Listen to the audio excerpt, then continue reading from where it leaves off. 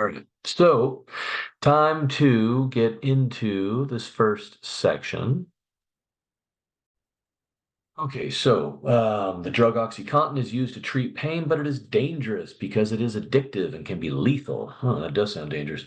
In clinical trials, 227 subjects were treated with OxyContin and 52 of them developed nausea. So, construct a 95% confidence interval estimate of the percentage of OxyContin users who develop nausea. All right, so let's start with that.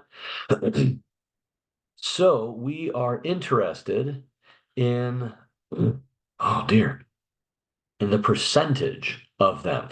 So, this confidence interval is designed to estimate a percent. So that is a key right there of what where we should be going. So here's what we're going to do. We're going to go to stat, over to tests, and we want to estimate. We do a confidence interval to estimate a percent. So we don't want to do these tests up here. That's hypothesis tests. We need an interval. Okay, but Z interval and T interval, they don't estimate percentages, but one prop Z int does. So one proportion or one percentage Z interval will do it for us. Okay, so N, that's the number of, that's just the sample size like it always is. X is the count of the number of successes. In this case, success is you got nausea. Isn't that wonderful? And then C level is the confidence level. The default is 0.95, which is exactly what we're doing. Notice, if you just put 95, it's not gonna work. Okay, you got to have 0.95. Okay, so we'll calculate and we get this. And so um, our answer is, or our confidence interval is going to be 17.4% confidence interval estimate up to 28.3%, suggesting, excuse me, that um, based on this sample here, with 95% confidence, between 17.4% and 28.3% of the people who take OxyContin um, will develop nausea. Now, there is a follow-up to this. Compare the result from part A that we just got to this 95% confidence interval below for 5 subjects. So very small sample size. But oh well. For 5 subjects who developed nausea among the 45 subjects, oh, I'm sorry, 45 is the sample size, and 5, that would be the X value. 45 subjects given a placebo instead of OxyContin. Okay, so for them, the percentage people who got nausea was between 1.93% and 20.3%. Okay, so the question is, what do you conclude? Okay, well, one thing you'll notice is that these two confidence intervals overlap each other. Okay. So because the two confidence intervals overlap, it is possible that the OxyContin treatment group and the placebo have the same rate of nausea. Okay, because they overlap. Nausea does not appear to be an adverse reaction made worse with OxyContin. Now, maybe nausea is an adverse reaction to OxyContin, but based on these results, well, we don't know that. Okay, we don't know that for sure because we are getting overlap with no OxyContin and the OxyContin group. Okay, so let's move on.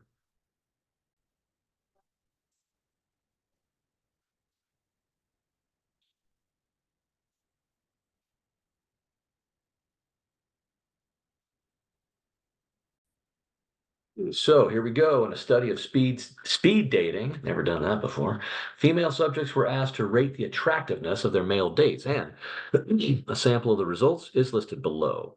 Use a 99% confidence level. Okay, so we're gonna do we're gonna find a boy, I got a frog in my throat today. We're gonna do a 99% confidence interval to estimate um how attractive the women view the men. Okay. Okay, so this time we're estimating the mean score. We're not estimating a percent, we're estimating the mean. So if we go stat, uh-oh, my calculator's not working. So we go to stat and then over to tests. And there are two different I passed them. Z interval and T interval are the two choices we have. Okay. So when you're estimating the mean with a confidence interval. Now, when you're doing that, if you know the population standard deviation, sigma, then you will do Z interval.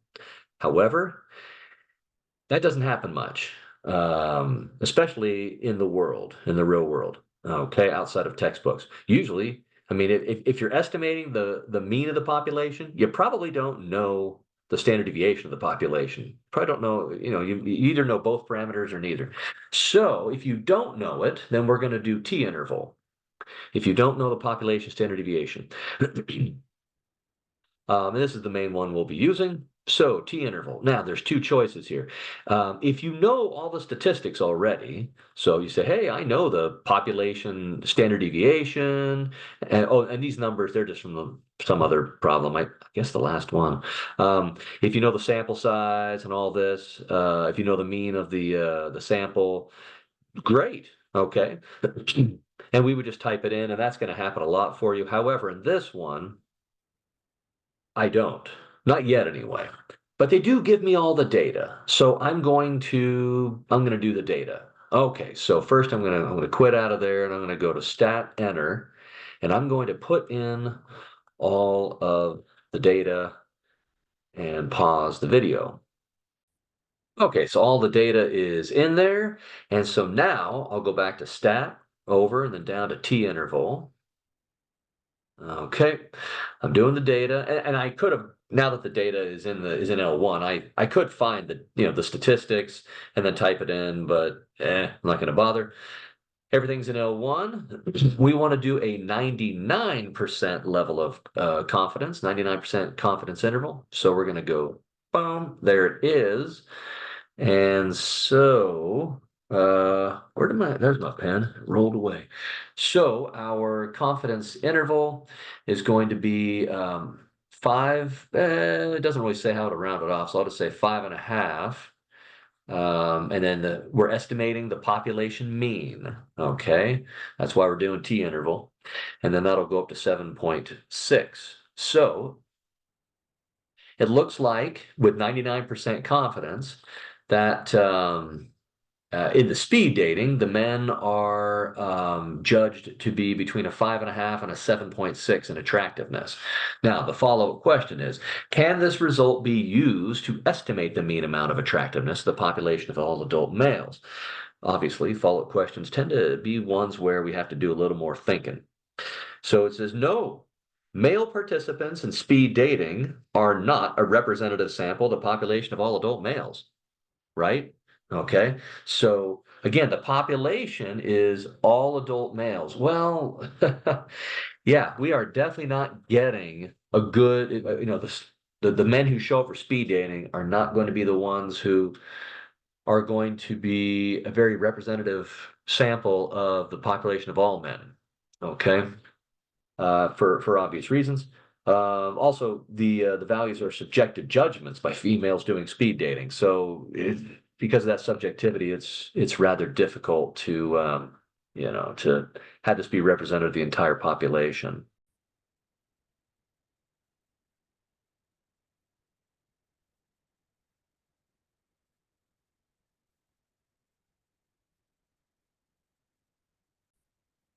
Okay, so now we have in a test of the effectiveness of garlic for lowering cholesterol. 49 subjects were treated with raw garlic. How fun.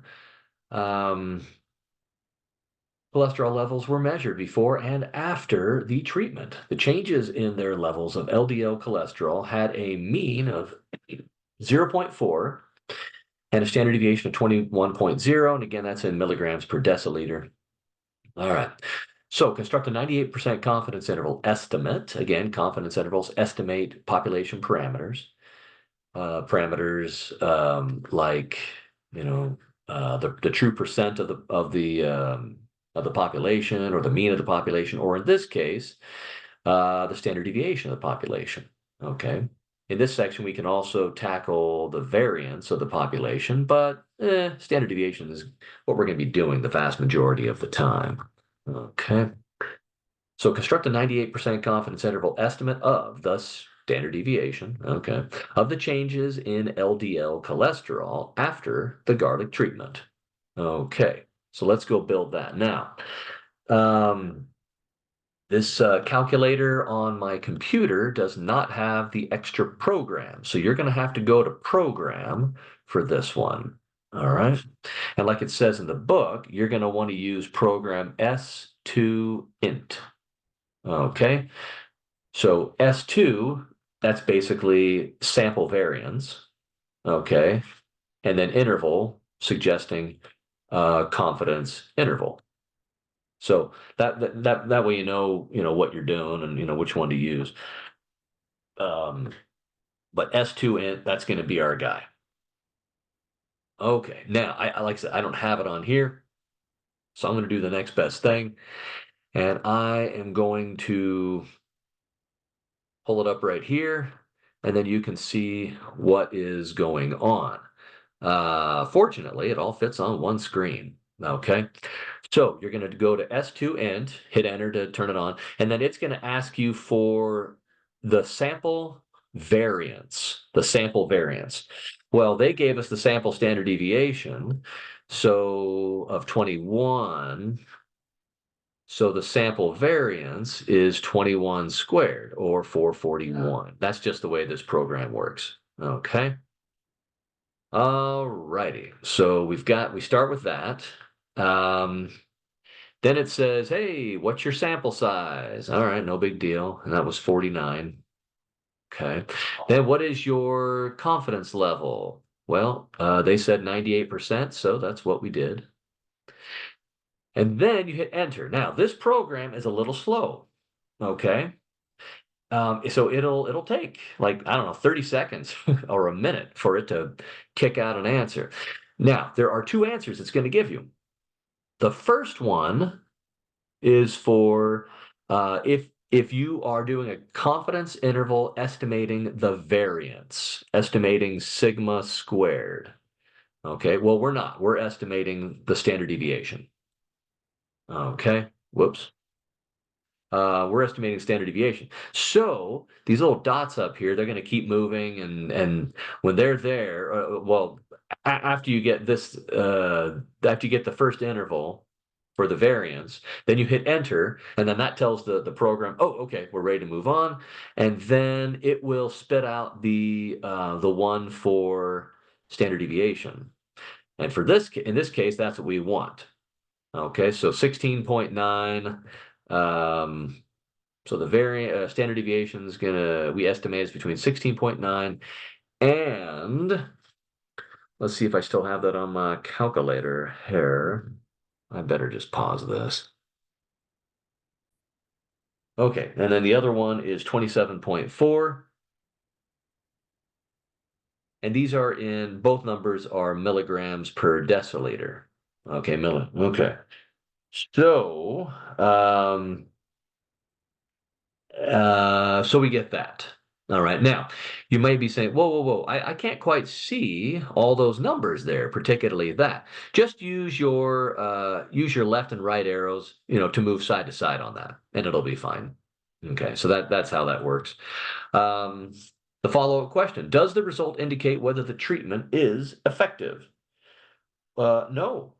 The confidence interval does not indicate whether the treatment is effective. Okay, it just gives us an estimate of the variation of what's going on.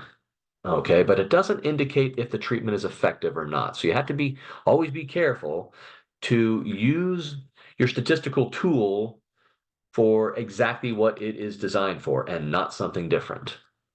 Okay.